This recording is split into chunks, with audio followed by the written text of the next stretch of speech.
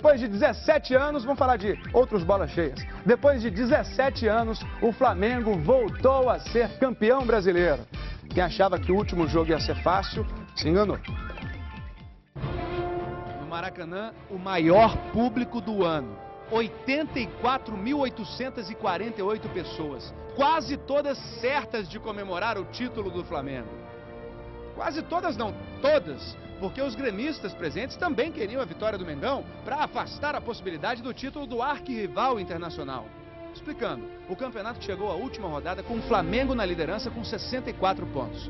Internacional, Palmeiras e São Paulo com 62. Os três dependendo de um tropeço do Flamengo para sonhar com o título. Mas isso dependeria de uma grande atuação do Grêmio. O Grêmio ajudar o Internacional? Começa o jogo e tudo segue como todo mundo imagina. Flamengo pressionando e todos contando os segundos até o primeiro gol sair. O Grêmio entrou em campo sem 8 titulares. Aos 21 minutos do primeiro tempo, escanteio para o Grêmio. E todo mundo pensando, isso não vai dar em nada. Seria possível isso? Robertson meteu a perna na bola e botou o Grêmio na frente, 1-0. O Maracanã observou incrédulo. A torcida do Inter vibrou em Porto Alegre. A torcida do São Paulo vibrou na capital paulista. A torcida do Palmeiras vibrou no Rio de Janeiro. Nesta situação, o título era possível para os três. 1 minuto depois do gol do Grêmio, em Porto Alegre, o Internacional fez 1-0 no Santo André. Alexandro. Um gol importantíssimo. Do jeito que as coisas estavam, às 5h26 da tarde, o Internacional era o campeão brasileiro de 2009. O Flamengo, empurrado pela maior torcida do Brasil, não poderia demorar a reagir. Num lance brigado, suado, o Flamengo empatou o jogo. David, primeiro gol dele com a camisa do Flamengo. Escolheu um bom momento. 1-1 na partida. Mas isso não mudava a situação do campeonato. Com esses resultados, o Inter continuava campeão. O Flamengo tinha que fazer mais um. Tinha que virar o jogo. Mas cadê que a bola entrava? O Inter, sim, conseguiu fazer o segundo gol. Índio de cabeça. Inter 2-0 no Santo André. E o primeiro tempo terminou com o Inter com a mão na taça, ajudado por seu maior rival, o Grêmio. O segundo tempo foi o retrato da agonia. Quantas vezes o Flamengo chegou muito perto do gol. O torcedor sofreu a cada chance perdida. E essa defesa do goleiro Marcelo Groi? O sofrimento não tinha tamanho no Maracanã. E por que o Adriano conversava com o Léo tão desesperado? E então, mais uma vez, veio o escanteio. E milhões de torcedores em todo o Brasil prenderam a respiração enquanto a bola viajava. Quando todos pensavam em Pet, pensavam em Adriano, Ronaldo Angelim, outro zagueiro. O gol do título para o Flamengo, Ronaldo Angelim. Em Porto Alegre, o Internacional fez mais 2 gols. O do Juliano garantiu a goleada. O Santo André diminuiu com o Nunes de pênalti. Internacional 4, Santo André 1. Só que goleada nenhuma era suficiente para tirar o título do Flamengo. O torcedor rubro-negro ainda sentiu uma dor no coração quando o Maílson quase fez o gol. Mas era só esperar o apito final. Flamengo 2, Grêmio 1. Flamengo, hexacampeão brasileiro. A vitória suada sobre o Grêmio valorizou ainda mais os heróis da conquista rubro-negra. 17 anos depois, o Flamengo voltou a conquistar o Campeonato Brasileiro. Com um ex-jogador à frente do time e 2 ídolos em campo, Petkovic e Adriano. O mais experiente, 37 anos, Pet, abraçado, carregado entre tantos microfones, mostrou a alegria de um iniciante. O jogo foi difícil, muito difícil.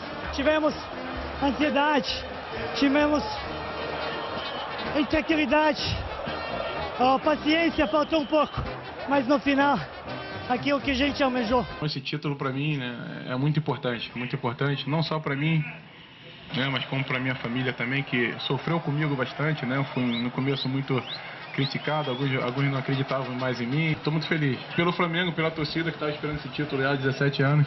Na verdade, todos estes rubro-negros, homenageados com uma bandeira cada um, têm boas histórias para contar. A mais impressionante é a de Ronaldo Angelim. Durante o ano, por causa de uma séria lesão, quase teve que encerrar a carreira e perder uma das pernas. Hoje, 2009, valeu a pena demais para ele. Isso é um sonho, cara.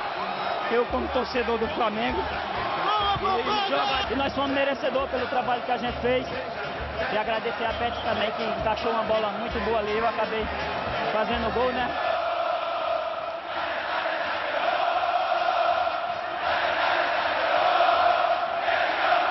Parabéns, que bela história. Mas o hino do Flamengo não será a única canção do dia, não.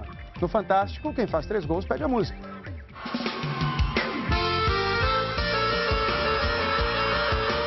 É mesmo? Eu falei assim, pô, será que eu vou passar o ano e não vou pedir uma música? Vou pedir uma música, com certeza. Meus amigos ali, Pedro, Paulo e Matheus, saudade. Daí, com o som de Pedro, Paulo e Matheus, você curte os gols do Washington.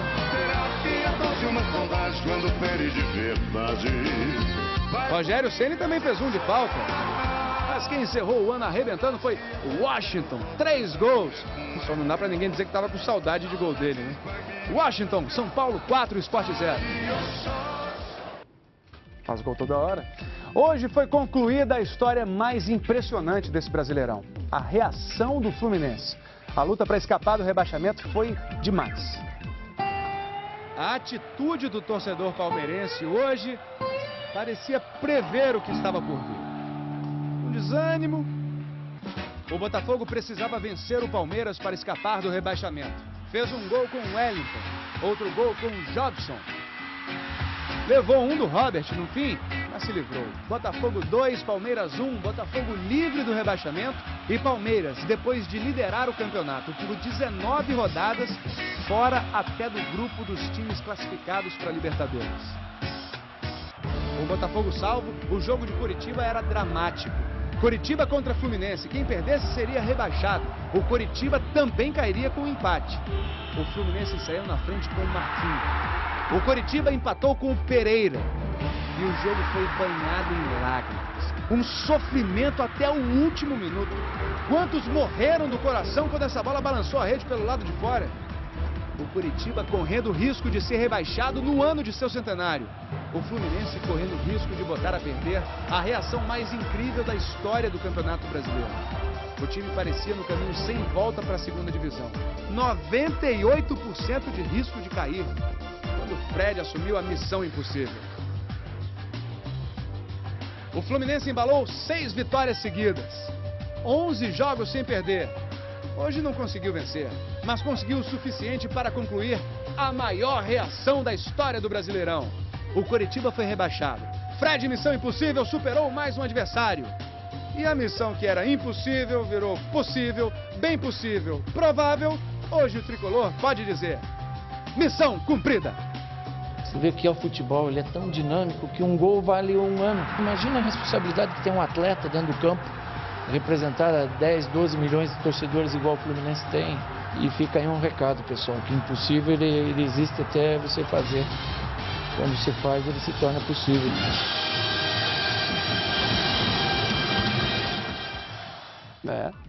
Sabe por que o Palmeiras saiu da Libertadores? Porque o Cruzeiro tomou a vaga. O Cruzeiro saiu na frente com o Wellington Paulista. Levou o empate do Neymar. Mas conseguiu a vitória e a vaga na Libertadores com um gol do Kleber. Cruzeiro 2, Santos 1. O Cruzeiro esteve no G4 pela última vez, na 3ª rodada. E logo o Kleber, jogador querido do Palmeiras, questionado em Belo Horizonte, tirou o Palmeiras da Libertadores e classificou o Cruzeiro. Barueri e Atlético Paranaense ficaram no 0 a 0. Vitória e Goiás empataram por 2 a 2. Sabe que esses 2 jogos mudaram no campeonato? Nada. Vamos ver como ficou a classificação final do Brasileirão? A arrancada do Flamengo até o Hexa? Na 21ª rodada, depois da metade do campeonato, o Flamengo estava em 14º lugar. Nos últimos 16 jogos, ultrapassou 13 adversários. Foram 11 vitórias, 4 empates e só uma derrota até chegar ao título. O Internacional em segundo, o São Paulo em terceiro e o Cruzeiro em quarto também vão disputar a Libertadores do ano que vem. Lá atrás, Sport, Náutico, Santo André e Coritiba deram adeus à primeira divisão, que ganhará novos participantes: Vasco, Guarani, Ceará e Atlético Goianiense.